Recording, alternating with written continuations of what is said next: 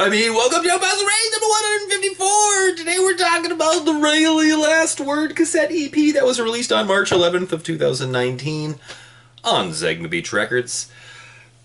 What do we got? Okay, so the history here goes back to the first Rayleigh EP that was released back in 2014. It was within the first, 30, I think 25 releases that we did, and was the first ever cassette, and was also a ZBR-only release. Now, in 2017, maybe 18, Rayleigh, I don't know how many members switched, but I know that Amy joined the band. So Amy took over on vocals, and Amy's not on the first EP. So that was like a full length that got released on Mailman Records. That was really good. I definitely noticed that the recording didn't sound as lush as one might hope with this this kind of mathematical screamo. But holy moly, did they bring it home on this final EP. This thing is absolutely fantastic, and it is very obvious that they share members with Mahria, or previous members of Mahria. Not to mention that 2 members are now in Obroa-skai. 3 members? 2 members. 2 of the... yeah. Yes. But Darrell from Obroa-skai was in Mahria, so there you go. Yeah, I don't know why this got brought back to me. I believe by Paul was the one who I think contacted me, but it might have been Tyler, it might have been Amy. I don't know. There's too many awesome people in that band. So, well, the earlier, the first EP is atmospheric and really dark. Without being as laser focused, perhaps, as this EP. And then the in-between LP has a lot of punk and hardcore elements, and is your screamo album. I feel like it's still technical as well. This thing, as soon as you get halfway through Bloodletter, it's just fiddly D notes all over the place. It's absolutely fantastic. So if you like Nuvolascura and maybe later Loma Prieta, Youth Funeral, Mahria, Blind Girls. I feel like that list was led by someone else that I was going to say, and I've forgotten now. But anyway, really, really, really good stuff. If you have not checked it out, they are sold out. I did apparently 50 copies, but I know I had some extra, and I did not have covers for them, but I can't currently find them. But once I do, I'll do some kind of alternate cover and put them up for sale. There were 3 variants. Oh, right. That thing that we saw earlier at the beginning was the teaser that Dave Cullen did, which was kind of he did the Blind Girls teaser, but that was more given to him, directed specifically by the band, can you do this? He just kind of pulled this Rayleigh one out of his behind, and it was a most beautiful thing. The zoom in, zoom outs, and I had never had anything like this for ZBR.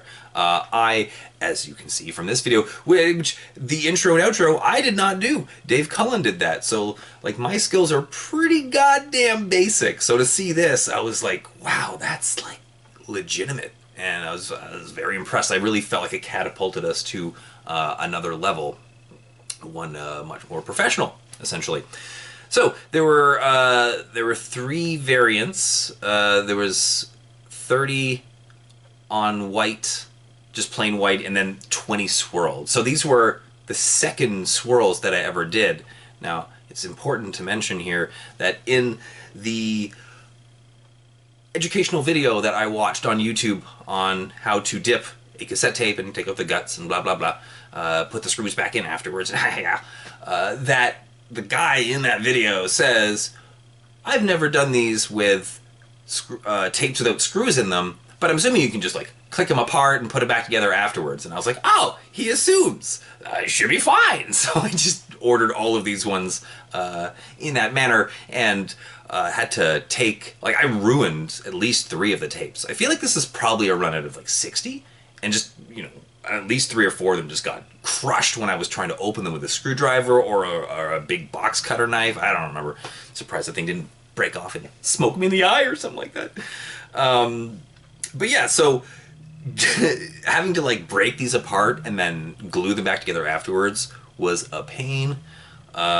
So never did that again. So there's no ZBR release that has like no screws in the tape that they're swirled, because it's not fun, essentially. Now, the 20 that were dipped, 10 of them were on gold, which were the Canadian copies. So, well, they're not gold. There's just like a gold injection. So, and for all of the swirled ones, I think all of the cases were also swirled. So this was still really early on in my swirling, and these were done one at a time in a little bucket.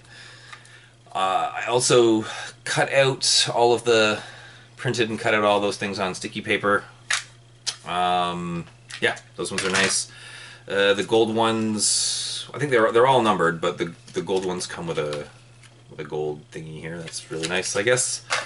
As well as the insert and stuff is gold. I'm curious if the other one is silver now, because I don't remember. Let's find out. Oh, here's the silver as opposed to gold, but still black and white matches the art.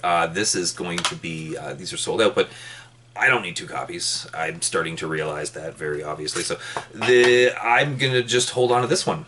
And the gold one is now up in the store. Definitely go get that. It is absolutely fantastic, and I don't expect to make them again. If anything, I would try to do like a lathe, which was discussed at one point, but not done. I don't remember why. Probably because we ran out of money. These are on silver sparkle paper. And I was right! Oh, damn! The silver ones also had silver print on the inside. Super sick. I think that was a Cullen twist there.